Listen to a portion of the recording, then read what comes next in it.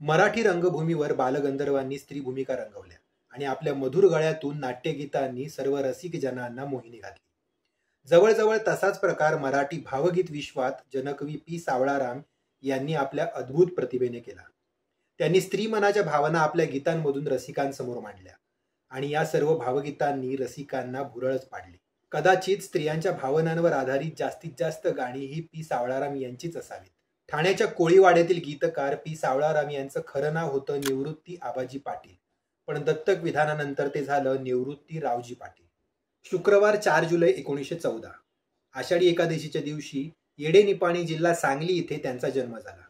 प्राथमिक शिक्षण मामाच्या गावी म्हणजेच गोठखिंडीला झालं. 7वी नंतर कोल्हापूर गाठलं. श्रीमंत निंबाळकर महाराजांनी त्यांची राहण्या खाण्याची आणि शिक्षणाची सोय स्वखर्चानं केली.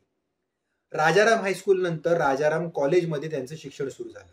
शिकवणाऱ्या प्राध्यापकांमध्ये होते नासी फडके, माधव जुलियन इत्यादी. मग काय, शाळेपासून सुरू असलेली कविता इथे बहरत गेली. पण मग निवृत्ती पाटील यांना पी सावळाराम म्हणून कशी काय ओळख मिळाली, याचा एक मस्त किस्सा आहे. तर तासगावच्या हायस्कूलमध्ये वरच्या वर्गात शिकणारा आणि गुरुस्थानी असणाऱ्या विठ्ठल सखाराम पागे या हुशार विद्यार्थ्यानेच ह ना आपटे यांच्या उषकाल या कादंबरीतील सावळ्या या पात्राची उपमा निवृत्ती पाटील यांना दिली होती. तेव्हापासून त्यांना सारे सावळाराम म्हणून हाक मारू लागले. निवृत्तीलाही हे नाव आवडू लागलं होतं. हळूहळू कवितांच्या खाली देखील कवी सावळाराम अशीच नोंद ते करू लागले होते. म्हणजेच काय, तर सावळाराम हे नाव त्यांना त्यांच्या शालेय वयातच मिळालं होतं. आता हा झाला निवृत्ती या नावापासून सावळाराम या नावापर्यंतचा किस्सा. पण आता सावळाराम पासून पी सावळाराम व्हायला उजाडावं लागलं 1948-49 हे साल. दिग्दर्शक दिनकर पाटील यांच्या रामराम पाहुणे या चित्रपटासाठी शांता शेळके यांनी काही गाणी लिहिली होती, पण त्यातील एक लावणी लिहिताना त्या थोड्याशा अडल्या. मग दिनकररावांनी निवृत्ती यांना लावणी लिहायला बोलावलं. पण रेशनिंग सारख्या सरकारी खात्यात नोकरीला असल्यामुळे आपल्या मूळ नावाने गाणी लिहिणं थोडंसं कठीण होतं. म्हणून त्यांना शाळेत मिळालेलं सावळाराम पाटील हे नाव घ्यायचं ठरलं. पण याच नावाचा एक माणूस आकाशवाणीत वादक होता असं कळलं. म्हणून मित्रांनी विचार करून पी सावळाराम हे नाव घ्यायचं ठरवलं आणि कारकीर्द सुरू झाली. रामराम पाहुणे या चित्रपटातील ती लावणी होती.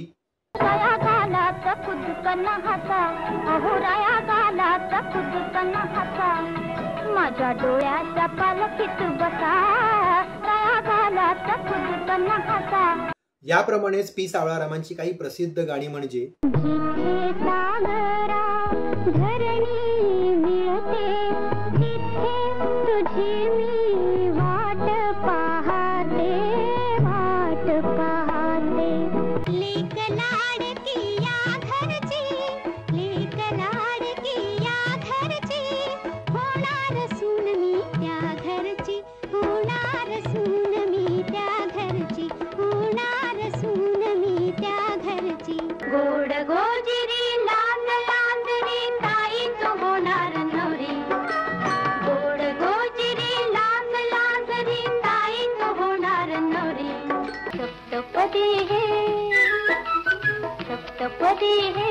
रोज चालते तुझ्यात वेते, शतजन्मीचे हो माझे नाते.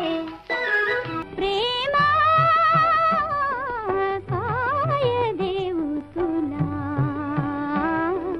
भाग्य दिले तुम्हाला.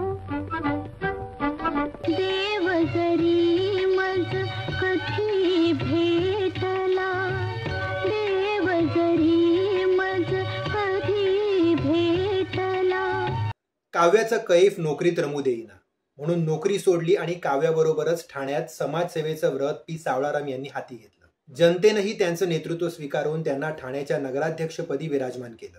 सर्वसामान्यांच्या काळजाला भिडणारी अतिशय सोप्या शब्दातली गाणी लिहून पी सावळाराम यांनी अवघ्या महाराष्ट्रावर उपकार केले आहेत असं म्हणून कविश्रेष्ठ कुसुमाग्रज यांनी त्यांना जनकवी असा किताब बहाल केला. पी सावळाराम म्हणजेच निवृत्ती पाटील यांच्या निवडक गाण्यांच्या लिंक्स खाली डिस्क्रिप्शन मध्ये दिले आहेत.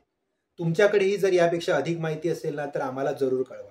आणि आजची माहिती आवडल्यास लाईक, कमेंट, शेअर करा. चॅनलला सबस्क्राईब करून बेल आयकॉन प्रेस करायला विसरू नका. पुन्हा भेटूच एका नव्या भागात एका नव्या ऑफबीट गोष्टीसोबत. धन्यवाद.